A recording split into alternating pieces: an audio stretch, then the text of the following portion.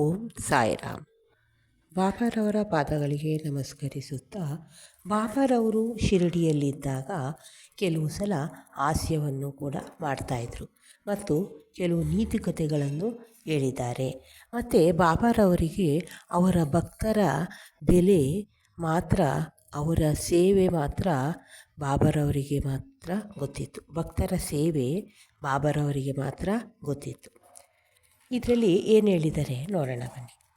ಸ್ನೇಹಿತರೆ, ಮನುಷ್ಯ ಅಹಂಕಾರ ರಹಿತನಾದರೆ ಮಾತ್ರ ಅವನಿಗೆ ಜೀವನದಲ್ಲಿ ಜಯ ಎಂಬುದು ಖಂಡಿತ. ಆದರೆ ಯಾರೇ ಆಗಲಿ ಅಹಂಕಾರವನ್ನು ಗುರುವಿನ ಪಾದಗಳಿಗೆ ಅರ್ಪಿಸದಿದ್ದರೆ ಅವರ ಕಾರ್ಯದಲ್ಲಿ ಅವರು ಜಯ ಗಳಿಸಲು ಸಾಧ್ಯವೇ ಇಲ್ಲ. ಈ ಮನುಷ್ಯ ಮೊದಲು ಅಹಂಕಾರನ ಬಿಡಬೇಕು. ಮತ್ತು ಸಾಯಿಬಾಬಾರ ಆರಾಧನೆಯಿಂದ ಪ್ರಾಪಂಚಿಕ ಮತ್ತು ಪಾರಮಾರ್ಥಿಕ ಸುಖಗಳನ್ನು ನಾವು ಪಡೆಯಬಹುದು ಮತ್ತು ಶಾಂತಿ ಕೂಡ ಪಡೆಯಬಹುದು.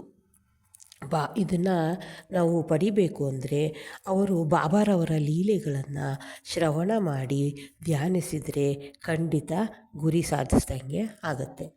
ಮತ್ತು ಬಾಬಾ ಎಲ್ಲರೂ ಕೂಡ ಹಾಸ್ಯ ಅಂದರೆ ಇಷ್ಟಪಡ್ತಾರೆ, ಆದರೆ ಅವರೇ ಹಾಸ್ಯಕ್ಕೆ ಗುರಿಯಾಗಲು ಯಾರೂ ಕೂಡ ಇಷ್ಟಪಡೋದಿಲ್ಲ ಅಲ್ವಾ? ಆದ್ದರಿಂದ ನಾವು ಏನು ಮಾಡಬೇಕು, ಭಕ್ತರು ಯಾರೇ ಆಗಲಿ ಬಾಬಾರವರ ನೀತಿ ಏನು ಹೇಳಿದ್ದಾರೆ ನೋಡೋಣ ಬನ್ನಿ. ಮತ್ತು ಶಿರಡಿಯಲ್ಲಿದ್ದಾಗ ಒಂದು ಸಲ ಪ್ರತಿ ಭಾನುವಾರ ಶಿರಡಿಯಲ್ಲಿ ಸಂತೆ ನಡೀತಾ ಇರುತ್ತೆ. ಆವಾಗ ಭಾನುವಾರದಲ್ಲಿ ಒಂದು ಸಲ ಹೇಮಾಡ ಪಂತರು ಸಂತೆಗೆ ಹೋಗ್ತಾರೆ. ಅವರು ಬಾಬಾರವರ ಕಾಲನ್ನ ಒತ್ತಾ ಹೇಳ್ತಾರೆ. ಆವಾಗ ಅವ್ರ ಜೊತೆ ಶ್ಯಾಮ ಬಲಗಡೆ, ಬಾಬನ ಬಲಗಡೆ ಕೂತಿರ್ತಾರೆ. ಮತ್ತು ಅಲ್ಲಿ ಬಾಪು ಸಾಹೇಬ ಬೂಟಿ, ವಾಮನರಾವ ಇವರೆಲ್ಲ ಕೂಡ ಅಲ್ಲಿರ್ತಾರೆ. ಮತ್ತು ಕಾಕಾ ದೀಕ್ಷಿತ ಇವರೆಲ್ಲ ಕೂಡ ಅಲ್ಲಿ ಹಾಜರಾಗಿರ್ತಾರೆ. ಆಗ ಶ್ಯಾಮ ಅವರು ಹೇಮಾಡ ಪಂತ್ರನ ನೋಡ್ಬಿಟ್ಟು, ಇದೇನು ನಿಮ್ಮ ಕೋಟಲ್ಲಿ ಕೋಳುಗಳು ಕೋಟಿನ ತೋಳುಗಳಲ್ಲಿ ಕಾಳುಗಳು ಸಿಕ್ಕೊಂಡಂಗಿದೆಯಲ್ಲ ಅಂತ ಕೇಳ್ತಾರೆ. ಆಗ ಅವ್ರು ಹೇಮಾಡ ಪಂತರು ತೋಳನ್ನು ಹಿಂಗೆ ಒದರಿದಾಗ ಕೆಲವು ಪುಟಾಣಿ ಕಾಳುಗಳು ಉರುಳಿ ಕೆಳಗೆ ಬೀಳ್ತವೆ. ಅದನ್ನು ನೋಡಿ ಎಲ್ಲರೂ ಅಲ್ಲಿದ್ದವರೆಲ್ಲ ಕಾಳುಗಳನ್ನ ಆಯಕ್ಕೆ ಎತ್ಕೊತಾರೆ. ಆಗ ಎಲ್ಲರೂ ನೋಡಿಬಿಟ್ಟು ಹೇಮಾಡ ಪಂತರಿಗೆ ಆಶ್ಚರ್ಯ ಆಗುತ್ತೆ, ಇದು ಹೆಂಗೆ ನನ್ನ ಕೋಟೆಯಲ್ಲಿ ಕಾಳು ಬಂತು ಅಂತ. ಆಗ ಬಾಬಾ ಅಂತಾರೆ, ನೋಡಿ ಯಾರಿಗೂ ಕೊಡದೆ ತಾನೊಬ್ಬನೇ ತಿನ್ನೋ ಅಭ್ಯಾಸ ಇಟ್ಕೊಂಡಿದ್ದಾನೆ ಹೇಮಾಡಪ್ಪ ಅಂತ. ಅದು ಇವತ್ತು ದಿವಸ ಸಂತೆ ಇತ್ತು, ಅಲ್ಲೋಗಿ ಕಾಳನ್ನ ಕೊಂಡ್ಕೊಂಡು ತಿನ್ಕೊಂಡು ಬಂದಿದ್ದಾನೆ. ಅದೆಲ್ಲ ನನಗೆ ಗೊತ್ತಿದೆ, ಇದಕ್ಕೆ ಈ ಕಾಳುಗಳೇ ಸಾಕ್ಷಿ ಅಂತ ಬಾಬಾ ಅಂತಾರೆ. ಆಗ ಹೇಮಾಡ ಪಂತ್ರ ಏನಂತಾರೆ, ಬಾಬಾ ನಾನು ಯಾವತ್ತೂ ಒಂಟಿಯಾಗಿ ತಿನ್ನೋದಿಲ್ಲ, ನನ್ನ ಮೇಲೆ ಅಪವಾದ ಯಾಕೆ ಮಾಡ್ತೀರಾ? ಇದುವರೆಗೂ ನಾನು ಸಂತೆನ ನೋಡೇ ಇಲ್ಲ, ಸಂತೆಗೆ ಹೋಗೂ ಇಲ್ಲ. ಆದ್ದರಿಂದ ಪುಟಾಣಿ ಕಾಳು ಹೆಂಗೆ ಕೊಳ್ಳಲು ಸಾಧ್ಯ? ನಾನು ಪುಟಾಣಿನ ತರದೇ ಇದ್ದಾಗ ನಾನೊಬ್ಬನೇ ತಿನ್ನುವ ಪ್ರಶ್ನೆ ಹೇಗೆ ಬರುತ್ತೆ? ನನ್ನೊಡನೆ ಇರೋರಿಗೆಲ್ಲ ನಾನು ಹಂಚದೆ ಏನನ್ನು ತಿನ್ನಲ್ಲ ಅಂತ ಹೇಮಾಡಪ್ಪ ಅಂತ ಹೇಳ್ತಾರೆ. ಆಗ ಬಾಬಾ ಹೇಳ್ತಾರೆ, ಹೌದು, ನಿನ್ನೊಡನೆ ಇರುವವರಿಗೆಲ್ಲ ನೀನು ಹಂಚಿ ತಿಂತೀಯ, ಆದರೆ ನೀನು ಸಮೀಪದಲ್ಲಿದ್ದರೆ, ನಿನ್ನ ಸಮೀಪದಲ್ಲಿ ಯಾರೂ ಇಲ್ಲದೆ ಹೋದರೆ ನೀನು ತಾನೇ ಏನು ಮಾಡ್ತೀಯ? ಆದರೆ ನೀನು ತಿನ್ನುವ ಮೊದಲು ನನ್ನನ್ನು ಜ್ಞಾಪಿಸಿಕೊಳ್ಳಿದೆಯಾ? ನೀನು ನನಗೇನಾದರೂ ಕೊಡ್ತೀಯಾ ಅಂತ ಬಾಬಾ ಹೇಳ್ತಾರೆ. ಆಗ ಹೇಮಾಡ ಪಂತರು ಏನು ಮಾತಾಡಲ್ಲ, ಸುಮ್ಮನೆ ಆಗ್ಬಿಡ್ತಾರೆ. ಇದು ಏನು ನೀತಿ? ಇದರಲ್ಲಿ ಏನು ನೀತಿ ಅಂದರೆ, ನಾವು ಯಾವ ವಸ್ತುವಿನೇ ಆಗಲಿ ಗುರುವಿನ ಸ್ಮರಣೆ ಇಲ್ಲದೆ ಇಂದ್ರಿಯಗಳಿಗೆ ಅರ್ಪಿಸಬಾರದು. ಈ ರೀತಿ ಮನಸ್ಸು ನಮಗೆ ತಯಾರಾದರೆ ಯಾವಾಗಲೂ ಬಾಬಾರವರ ನೆನಪು ಬಂದು ನಮಗೆ ಧ್ಯಾನ ಅನ್ನೋದು ಶೀಘ್ರವಾಗಿ ಬೆಳೆಯುತ್ತಂತೆ. ಬಾಬಾರವರ ಸಗುಣವು ನಮ್ಮದೇ ಆಗುತ್ತದೆ. ಈ ರೀತಿ ನಾವು ಬಾಬಾರವರ ರೂಪವನ್ನು ನಮ್ಮ ಮಾನಸಿಕ ದೃಷ್ಟಿಯಲ್ಲಿ ನೆಲೆಸಿಕೊಂಡಾಗ ಹಸಿವು ಅನ್ನೋದು, ತೃಷೆ ಮತ್ತು ಸಂಸಾರದ ಸುಖ ಎಲ್ಲ ಕೂಡ ಮಾಯವಾಗಿ ನಮಗೆ ಶಾಂತಿ ದೊರಕುತ್ತದೆ. ಬಾಬಾ ಯಾವ ನೀತಿ ಹೇಳಿದ್ದಾರೆ ಅಂದರೆ, ನಮ್ಮ ಇಂದ್ರಿಯಗಳು ವಿಷಯಗಳಿಂದ ಸಂತೋಷ ಪಡುವ ಮುನ್ನ ನಾವು ಪರಮಾತ್ಮನನ್ನು ಸ್ಮರಿಸಬೇಕು. ಇಂದ್ರಿಯಗಳು ಅಭಿಲಾಷೆ ಇರದೇ ಇರಲಾರದು, ಆದರೆ ವಿಷಯಗಳನ್ನು ಮೊದಲು ಗುರುವಿಗೆ ಅರ್ಪಣೆ ಮಾಡಿದರೆ ಅವುಗಳಲ್ಲಿ ನಮಗೆ ಮೋಹ ಅನ್ನೋದು ಉಂಟಾಗೋದಿಲ್ಲ. ಈ ರೀತಿ ಆಸೆ, ಕೃಪಣತೆ, ಕೋಪ ಈ ಮೂರನ್ನು ಮೊದಲು ಬಾಬಾ ಗುರುವಿನ ಪಾದಕ್ಕೆ ನಾವು ಅರ್ಪಿಸಿದ್ರೆ ದೇವರು ನಮಗೆ ಸಹಾಯ ಮಾಡ್ತಾನೆ. ಮತ್ತು ಬಾಬಾರವರನ್ನು ನಾವು ಸ್ಮರಿಸ್ಕೊಂಡ್ರೆ ನಮಗೆ ನಮ್ಮಲ್ಲಿರೋ ಕೆಟ್ಟ ಭಾವನೆಗಳು ದೂರವಾಗಿ ಶಾಂತಿ ದೊರಕುತ್ತದೆ. ಆಗ ಗುರುವಿನಲ್ಲಿ ಪ್ರೀತಿ ಜನಿಸಿ ಜ್ಞಾನವು ತಾನಾಗೇ ಉಕ್ಕುತ್ತಂತೆ. ನೋಡಿ, ಜ್ಞಾನ ಉದಯವಾದರೆ ಈ ದೇಹ ಸ್ಮೃತಿ ಎಂಬ ಬಂಧನದಿಂದ ಮುಕ್ತವಾಗಿ ನಮ್ಮ ಬುದ್ಧಿಯು ಚೈತನ್ಯ ಸ್ಥಿತಿಯಲ್ಲಿ ಲೀನ ಆಗುತ್ತಂತೆ. ಆಗ ನಾವು ಹರ್ಷ ಮತ್ತು ತೃಪ್ತಿಯನ್ನು ಪಡೆಯುತ್ತೀವಿ. ಇದರಿಂದ ಗುರುವಿಗೂ ಪರಮಾತ್ಮನಿಗೂ ವ್ಯತ್ಯಾಸ ಅನ್ನೋದು ಕಂಡುಬರುವುದಿಲ್ಲ. ದೇವರು ಮತ್ತು ಗುರು ಇವರು ಇಬ್ಬರೂ ಒಂದೇ ಎಂಬ ಭಾವನೆಯಿಂದ ನಾವು ಗುರುವಿನ ಸೇವೆ ಮಾಡಿದ್ದೇ ಆದರೆ ಪರಮಾತ್ಮನು ಮೆಚ್ಚಿ ನಮಗೆ ಆತ್ಮಜ್ಞಾನವನ್ನು ದಯಪಾಲಿಸುತ್ತಾನೆ.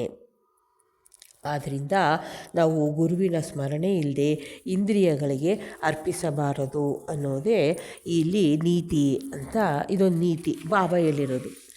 ಮತ್ತು ಮುಂದೆ ಏನು ಹೇಳಿದ್ದಾರೆ ಅಂತ ನೋಡೋಣ ಬನ್ನಿ. ಹೇಮಾಡ ಪಂತರಿಗೆ ಇದೇ ನೀತಿಯನ್ನು ರೂಪಿಸಿದ ಸುಧಾಮನ ಕಥೆ ನೆನಪಿಗೆ ಬಂದು ಅದನ್ನು ಈ ರೀತಿ ವಿವರಿಸಿದ್ದಾರೆ. ಶ್ರೀಕೃಷ್ಣ ಮತ್ತು ಅವನ ಅಗ್ರಜ ಬಲರಾಮ ಇವರು ತಮ್ಮ ವಿದ್ಯಾರ್ಥಿನಿಯಾದ ಸುಧಾಮನೊಡನೆ ಸಂದೀಪಿನಿ ಎಂಬ ಗುರುವಿನ ಆಶ್ರಮದಲ್ಲಿ ವಾಸವಾಗಿರ್ತಾರೆ.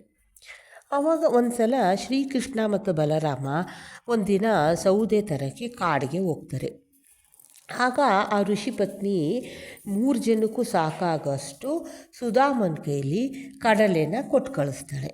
ಆಗ ಕೃಷ್ಣ ಒಂದು ಕಾಡಿಗೆ ಹೋದಾಗ ಸುಧಾಮನನ್ನು ಸಂಧಿಸಿ, ದಾದಾ ನನಗೆ ಬಹಳ ಬಾಯಾರಿಕೆ ಆಗಿದೆ, ನನಗೆ ನೀರು ಬೇಕು ಅಂತ ಕೇಳ್ತಾನೆ. ಅದಕ್ಕೆ ಸುಧಾಮ ಏನು ಹೇಳ್ತಾನೆ ಅಂದರೆ, ಹೊಟ್ಟೆ ಬರಿದಾದಾಗ ನೀರು ಕುಡಿಬಾರ್ದು, ಸ್ವಲ್ಪ ಹೊತ್ತು ವಿಶ್ರಮಿಸ್ಕೋ ಅಂತ ಹೇಳ್ಬಿಡ್ತಾನೆ ಸುಧಾಮ. ಆಗ ಅವನು ಏನು ಮಾಡ್ತಾನೆ, ನಾನು ಕಡಲೆ ತಂದಿದ್ದೀನಿ, ನೀನು ತಗೋ ತಿನ್ನು ಅಂತ ಅವನು ಹೇಳಲೇ ಇಲ್ಲ. ಕೃಷ್ಣನಿಗೆ ತುಂಬ ಆಯಾಸ ಆಗಿರೋದ್ರಿಂದ ಅವನು ಸುಧಾಮನ ತೊಡೆ ಮೇಲೆ ಮಲ್ಕೋತಾನೆ. ಇದನ್ನು ನೋಡಿದ ಸುಧಾಮ ಏನು ಮಾಡ್ತಾನೆ, ಓ ಕೃಷ್ಣ ಮಲಗಿಬಿಟ್ಟಿದ್ದಾನೆ, ತಾಳು ನಾನು ಕಡಲೆ ತಿನ್ನೋಣ ಅಂತ ಕಡಲೆ ತಿನ್ನೋಕ್ಕೆ ಪ್ರಾರಂಭ ಮಾಡ್ತಾನೆ. ಆಗ ಎಚ್ಚರಾಗಿ ಶ್ರೀಕೃಷ್ಣನಿಗೆ ಎಚ್ಚರಾಗಿ, ದಾದಾ ಏನು ತಿಂತಾ ಇದೆಯಾ, ಏನು ಸಪ್ಲ ಆಗ್ತಾ ಇದೆಯಲ್ಲ ಅಂತ ಅದಕ್ಕೆ ಕೇಳ್ತಾನೆ. ಅದಕ್ಕೆ ಸುಧಾಮ ಹೇಳ್ತಾನೆ, ಅಯ್ಯೋ ತಿನ್ನೋಕ್ಕೇನಿದೆ, ಚಳಿಯಿಂದ ನಡುಗ್ತಾ ಇದ್ದೀನಿ, ವಿಷ್ಣು ಸಹಸ್ರನಾಮ ಕೂಡ ಉಚ್ಚರಿಸಲು ಆಗ್ತಾಯಿಲ್ಲ ಅಂತ ಸುಳ್ಳು ಹೇಳ್ಬಿಡ್ತಾನೆ.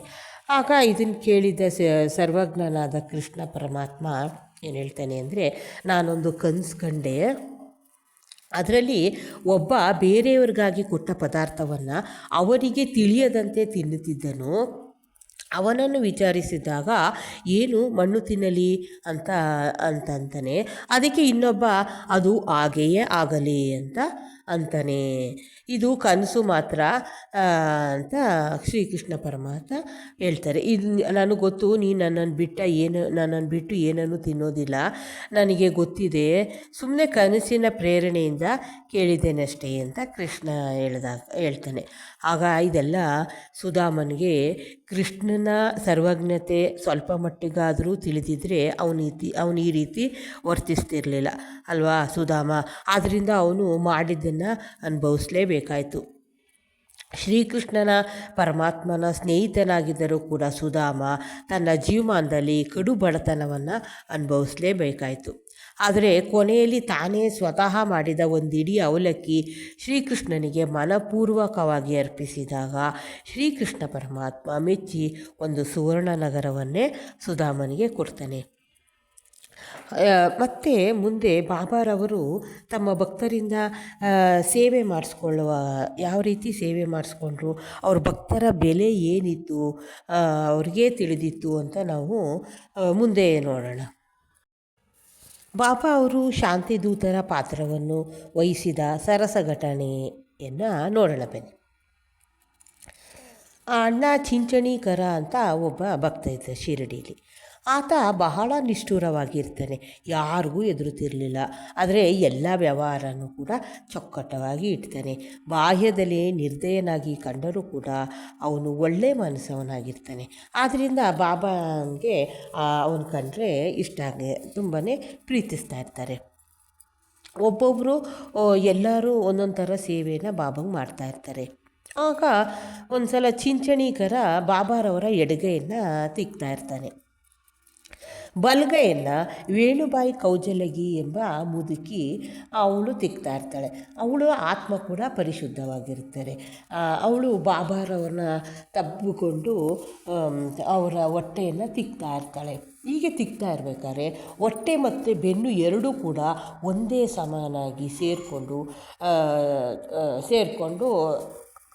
ಅಷ್ಟರ ಮಟ್ಟಿಗೆ ಅವಳು ತಿಕ್ತಾ ಇರ್ತಾಳೆ. ಆಗ ಎಡಭಾಗದಲ್ಲಿ ಚಿಂಚಣೀಕರ ನಿಂತಿರ್ತಾನಲ್ಲ, ತಿಕ್ಕೋ ರಭಸದಲ್ಲಿ ಆ ಮಾವಸಿ ಬಾಯಿ ಹೋಗಿ ಅವನ ಕೆನ್ನೆಗೆ ಹಿಂಗೆ ತಗಲು ಬಿಡುತ್ತೆ. ಆಗ ಅವಳು ಕೆನ್ನೆ ಅವನ ಮುಖಕ್ಕೆ ಹೋಗಿ ತಗಲು ಬಿಡುತ್ತೆ. ಆಗ ಅವಳು ಮಾವಸಿ ಬಾಯಿ ಅಂತೇಳಿ, ಅಣ್ಣ ನೀನೇನು ತುಂಟ, ನೀನು ನನಗೆ ಮುತ್ತಿಡೋಕ್ಕೆ ಪ್ರಯತ್ನ ಪಡ್ತಾ ಇದೆಯಾ, ನೀನು ಮುದುಕನಾಗಿದೆಯಾ, ನಿಂಗೆ ಸ್ವಲ್ಪ ಕೂಡ ನಾಚಿಕೆ ಇಲ್ಲ ಅಂತ ಟೀಕಿಸ್ತಾಳೆ. ಇದನ್ನು ಕೇಳಿ ಅಣ್ಣ ಚಿಂಚಣಿಂಗರಂಗೆ ಕೋಪ ಬಂದ್ಬಿಟ್ಟು, ಏನು ನನಗೆ ತುಂಟ ಅಂತ ಹೇಳ್ತೀಯ, ನಾನೇನು ಅಷ್ಟು ಮೂರ್ಖನ, ಕಾಲು ಕೆದರ್ಕೊಂಡು ನನ್ನ ಹತ್ರ ಜಗಳ ಬರ್ತೀಯಲ್ಲ ಅಂತ ಅವ್ರು ಹೇಳಿದಾಗ ಈ ಹಾಸ್ಯನೆಲ್ಲ ನೋಡಿಕೊಂಡು ಎಲ್ಲರೂ ಹಾಸ್ಯ ಪಡ್ತಿರ್ತಾರೆ.